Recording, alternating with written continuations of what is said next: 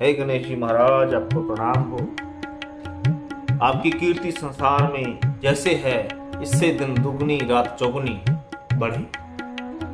आपका आशीर्वाद, आपकी दया, आपकी छत्र छाया सभी जीवों को बनी रहे। हे गुरुदेव, हमने देखा है, हे प्रभु, हे गणेश जी महाराज, आपका जो ये कानों का आकार है ये बड़ा विशाल है। क्या किसी के कान इतने बड़े होते हैं? लेकिन आपके हैं, नहीं होते ना किसी की, गज के अलावा किसी के नहीं। तो ये बड़े कानों का ये क्या संकेत है, क्या समझाना चाहते हैं, क्या शिक्षा है समाज के लिए? तो सज्जनों, संत जब मिलते हैं ना, श्री आशुतोष महाराज जैसे महान गुरु मिलते हैं, तो ऐसे रहस्यों से पर्दा उठता है। ये जो बड़े कान है ना, ये इसलिए नहीं है कि हमें ढंग से जो सुनना है वो सुनता रहे। हाँ, इसलिए हो सकता है, लेकिन इसका जो सांकेतिक भाव है, आप देखना, इसका आकार देखना कानों का।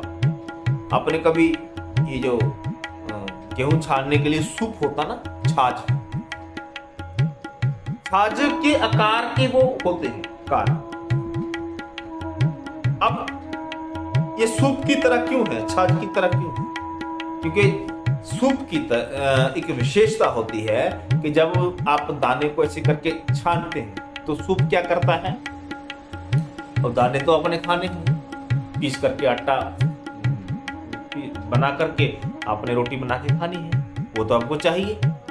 लेकिन उन दानों के भीतर कुछ कंकड़ होते हैं, पत्थर होते हैं, मिट्टी के अंश होते हैं, मैल होती है। तो सूप क्या करता है, जब छानते हैं ऐसे दाने दाने तो समेटता रहता है, और जो अनचाहे पदार्थ हैं, कंकड़ पत्थर माटी के ऐसे कण, वो उनको बाहर निकालता रहता है। बस ये बड़े कान समझिए कि यही काम करते हैं। गणेश भगवान समझाना चाहते हैं कि आपके कानों में भगवान की स्तुतियां भी पड़ेंगी, भगवान की महिमा, उनके मंगल गान, भजन, सत्संग, हरि कथा सब पड़ेगा। और जरूरी नहीं कि ऐसा ही कुछ हो। कलयुग है, 99.9% और आगे भी बढ़ना है, इतने परसेंट ये चीजें पड़ेंगी ही नहीं। कौन सी चीजें पड़ेंगी? हमारे कानों में पड़ेगी निंदा, हमारे कानों में पड़ेगा किसी का उपहास करने वाले शब्द, हमारे कानों में पड़ेंगे गंदे गाने और असभ्य वार्ता, जो सभ्य समाज में बोली नहीं जाती है। अब आपको ये समझ होनी चाहिए कि आपके कानों में जो पड़ेगा और भीतर जाकर वह अपना प्रभाव ना दिखाए, ये कहाँ हो सकता है? क्या कई जी के कानों में केवल एक बार मंथरा ने ये बात कही कि अगर कल राज्याभिषेक होने जा रहा है श्री राम जी का, है क्या कई आपको पता है कुछ? उधर उनका राज्याभिषेक होगा और आप क्या बनेंगी? आप दासी बन, ठीक है। और राजा राम आपके बेटे को, जो अभी आपके पीहर में है, अपने ननिहाल में है, उनको बंदी बना लो। अब देखिए, कानों में विषाक्त शब्द पड़े, हृदय विषाक्त हो गया। वह क्या कई जो श्री राम जी को माता कौशल्या से भी अधिक प्रेम करती थी, ये क्या वरदान मांगती हैं पता है ना? ये श्री राम जी के लिए वनवास मांग रही थी।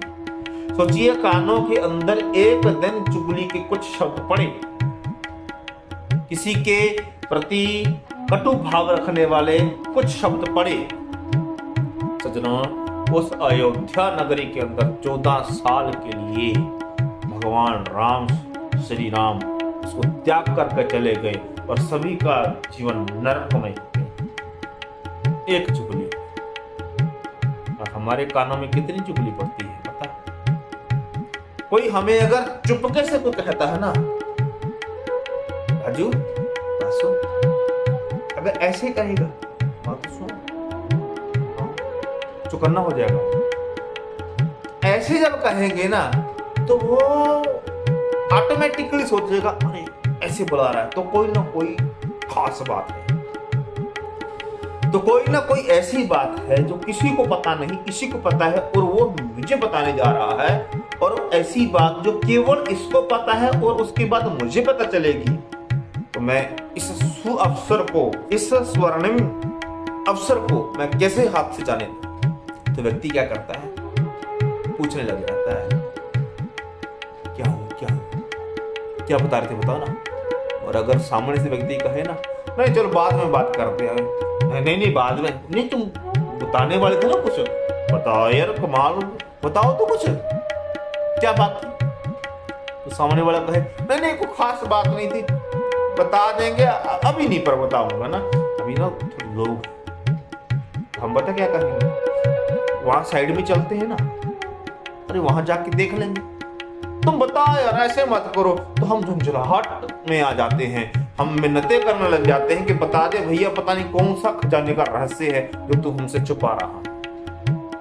तो बताना क्या होता है उसमें, आपको पता है क्या बताएगा, फलाने की बहू ऐसी है, फलाने का बेटा ऐसा है, किसी ने ऐसा कर दिया, उसको ऐसे पकड़ लिया गया है, समाज में उनकी ऐसी इज्जत नहीं है, ये हुआ। और हम ऐसे ध्यान से सुनते हैं कि जैसे भगवान शंकर से माँ पार्वती कथा सुन रही। सोचिए आप,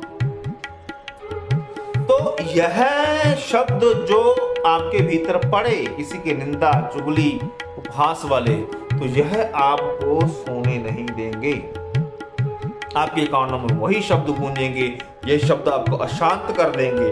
तो बड़े कान, इसका अर्थ ये है कि वे शब्द जो आपको अशांत करें, आपको आपकी निद्रा को छीन लें, चैन छीन लें, आपका सुख संपत्ति सब छीन लें, ऐसे शब्दों को भीतर जाने से रोकना है।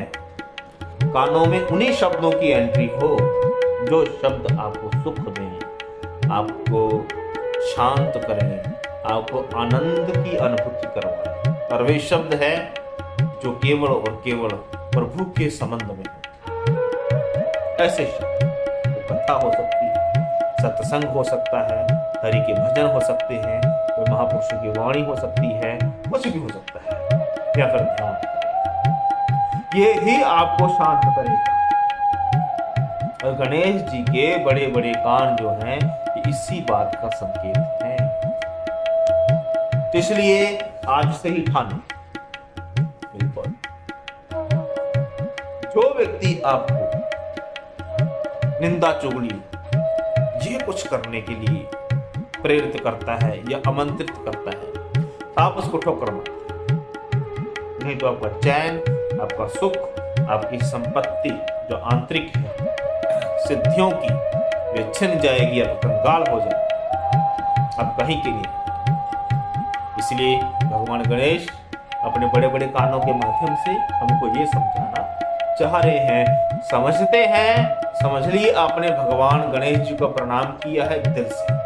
अगर नहीं समझते तो प्रणाम तो कर लिया, ये मुंडी तो अपने टेक दी, ठीक है ना, लेकिन भीतर का जो विचार है निंदा चुगली के प्रति आपका आकर्षण का भाव वाला विचार, ये अभी ऐसे फन उठा करके खड़ा हुआ, मुंडी टिकी है। अगर ये नकारात्मक विचार फन उठाए खड़े हैं तो समझ लिए गणेश जी को माथा टेकने का कोई अर्थ नहीं है, उसका लाभ ही कोई नहीं।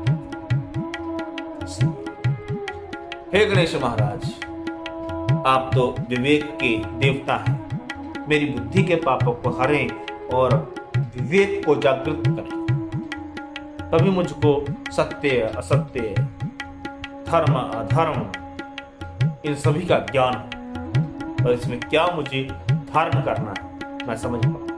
अब ऐसी कर कृपा करें। हे गणेश महाराज, आपकी जय, आपकी जय।